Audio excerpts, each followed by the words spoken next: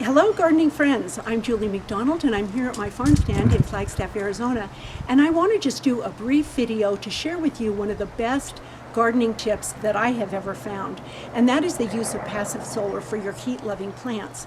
Now here in Flagstaff and other places in the country, you can have extremes in temperature. It can be warm during the day, 70s, even up to 80, and that night it can actually get down into the 30s, even possibly freeze, 50-degree temperature swing. And so plants like squash, melons, peppers, tomatoes, basil, anything that is a heat-loving plant is going to struggle. Plants quit growing when they get below 40 degrees. So you want to keep them warm. And this tip is absolutely free. Well, you have to buy some food coloring. But other than that, you're going to just use things that you happen to have around your house. And what I like to use is, this is just a milk jug, plastic milk jug.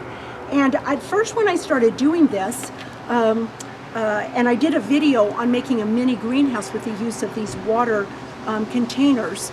But when I first started doing this, I had clear water, and I discovered that by putting in black food coloring, which I just got at a craft store, just a little bit of little container of this, a few drops in a container will actually make the water 10 degrees warmer. You set this next to a plant. When you first put it in, for instance, you would plant squash around this. You would put this right next to a pepper. I leave this next to the plant all summer long because the plant is benefiting from that warm heat. Now, it doesn't make it hotter during the day, because what happens is this black water is absorbing the heat, and then as the temperature cools at night, it releases it, thereby keeping your plant warm. Now, this is another container that you can use, and it's a little bit taller. It's still a gallon. It's a little bit more narrow. So this would be good next to a pepper or a tomato plant. The other thing, if you need to cover that plant at night, let's say it's going to get really cold, with this, it is going to be above your plant, and so you're able to cover your plant and cover this, and then it kind of gives an air barrier between the plant and maybe what you're using, the sheet that you have on top of it, because you never want the sheet or blanket or whatever you're using to touch the plant. That just draws the cold right in.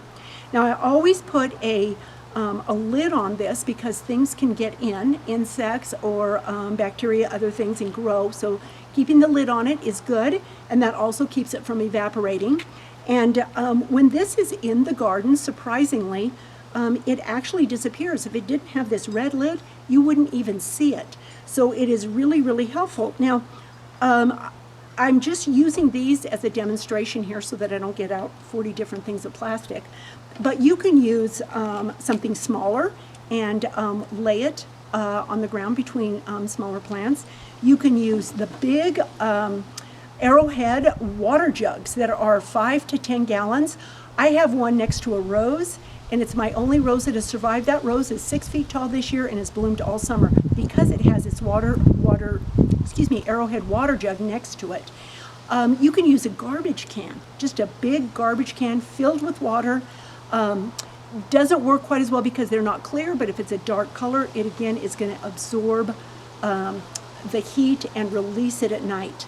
So this is just something that will really make a difference in having your heat-loving plants, vegetables, perennial flowers, or anything else that you want to add a little extra heat to. This is going to help you do that.